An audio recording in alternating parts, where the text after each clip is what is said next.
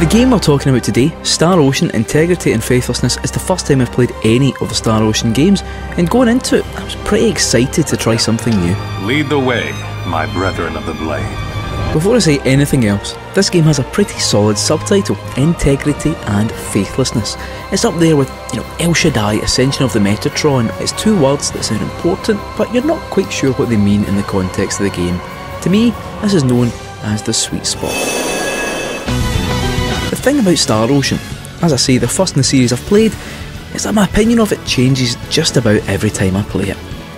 When I first started, I was impressed by the lack of build-up and how quickly the game got into the combat system, but I'll talk about that a bit more later. I liked the old school PS2 kind of vibe the locations and the design was giving me. I even quite liked the old JRPG tropes, the small town hero, his childhood friend who also uses magic, and all that fucking daft old merchants selling armour alongside fruit and veg, all that stuff. Then I began to notice something different. I began to ask, where are all the people in the towns? What am I actually meant to be doing? Where's all the cutscenes?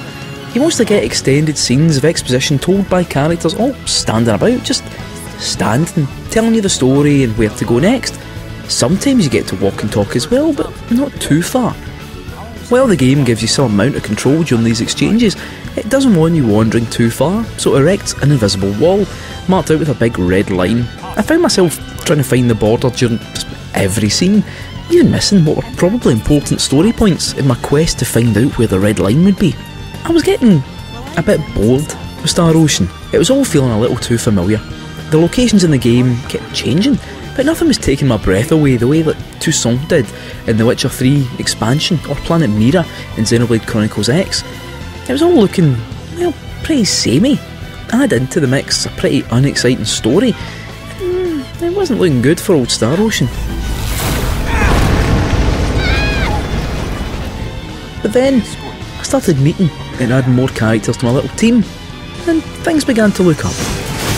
As I said earlier, the game starts with you having a wee fight with your pal. The combat system is nice and straightforward. It's in real time with a light and heavy attack, and holding down either button launches a magic attack, which you can use in combos or swap around between battles. Finding little books across the game world unlock more attacks, and some more suited for range attacks, and so on. Just at the point you feel like there's nothing more to happen with the combat system, you start to meet more characters and they join your team. Eventually you get up to 7 of the characters all fighting with you at once, with the opportunity to swap between 6 of them on the fly.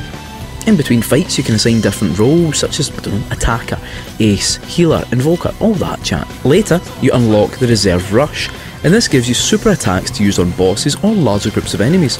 In some fights it becomes essential, as set pieces have you fighting loads of enemies at once.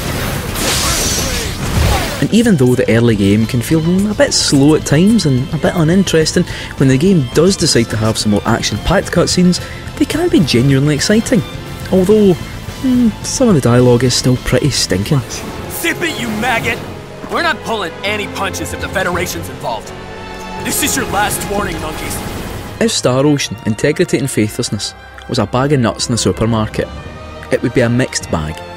The combat, the music and the general feeling of familiarity do count for something, and I think people looking for a wee old school JRPG fix on the PS4 over the summer will probably find enough to enjoy.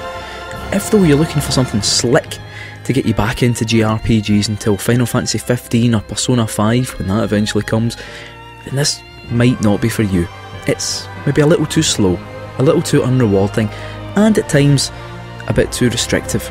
But as they say, there's plenty more fish in the Star Ocean.